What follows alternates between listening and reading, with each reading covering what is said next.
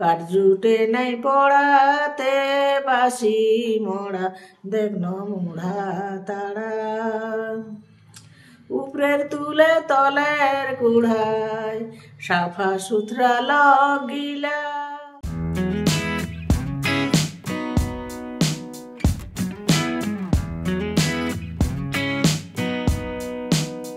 মকর পরবে উপেক্ষিত টুসু গান। রাত পোহালে মকর সংক্রান্তি গোটা জঙ্গলমহল জুড়ে যা ধুমধামে পালিত হয়। মূলত আদিবাসী মূলবাসীদের প্রধান উৎসব হলেও মকর পরব ঘিরে মেতে ওঠেন সকলেই। পৌষ সংক্রান্তির আগের রাত হল টুসু পুজোর রাত। ফল পিঠে খই মুরগির নৈবেদ্য সাজিয়ে টুসু মনির পুজো করেন কুমারী ও এয়তিরা। সারা রাত গান শুনিয়ে জাগিয়ে রাখা হয় সমৃদ্ধির দেবী টুসুমণিকে। পরদিন গান গাইতে গাইতে গিয়ে নদী কিংবা জলাশয় টুসু মূর্তি ভাসিয়ে দেওয়ার রীতি। সময়ের ফেরে জঙ্গলমহলের কৃষিকেন্দ্রিক লোক উৎসবে এসেছে ভাটার টান। তাই আগের মতো ঝাড়গ্রামেও টুসু গান যেমন শোনা যায় না, তেমনি দোকানেও মেলে না টুসু বরণ গানের বই।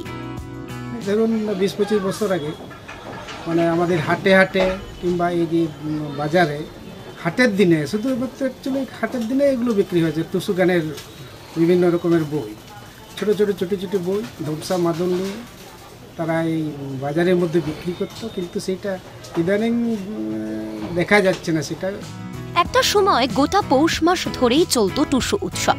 ক্ষেত থেকে ফসল তোলার আনন্দে জঙ্গলমহলের 8 থেকে 80 মেতে উঠতেন টুসু গানে, যা চূড়ান্ত রূপ নিত মকর পরবের দিনে। বদলে যাওয়ার সময় উৎসবের সেই আনন্দ এখন অনেকটাই ফিকে। নতুন জামা কাপড় পরা হয়, এই একটু মানুষ ভাসাতে গেলে সেখানে অনেক গান বাজনা হয়। এই মকরের যে আনন্দ, সেই আনন্দ আমরা সবাই করি আর কি। দিয়ে পিঠে পিঠে খাওয়া হয়। নতুন জামা কাপড় বাজার আজকে তবুও বিক্রি 40-50-30 এরকম হচ্ছে। চাহিদা কি আছে টুসুর? চাহিদা আছে। আচ্ছা, মানে ঐতিহ্য এখনো আছে? আছে আছে। কত টাকা করে টুসু বিক্রি হচ্ছে? 20 টাকা, 30 টাকা, 40 টাকা এরকম, যেরকম টুসু সেরকম দাম আর।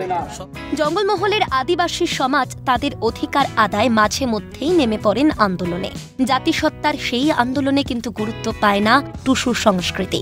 জঙ্গলমহলে কুর্মী সহ আদিবাসী মূলবাসী সমাজের তরুণ প্রজন্ম তাদের অধিকার আদায় যতটা সচেষ্ট, নিজস্ব সংস্কৃতিকে ধরে রাখতে ততটা সচেষ্ট নন। মকর পরব ঘিরে টুসু গানের জনপ্রিয়তা কমতে থাকায় আক্ষেপ প্রবীণদের।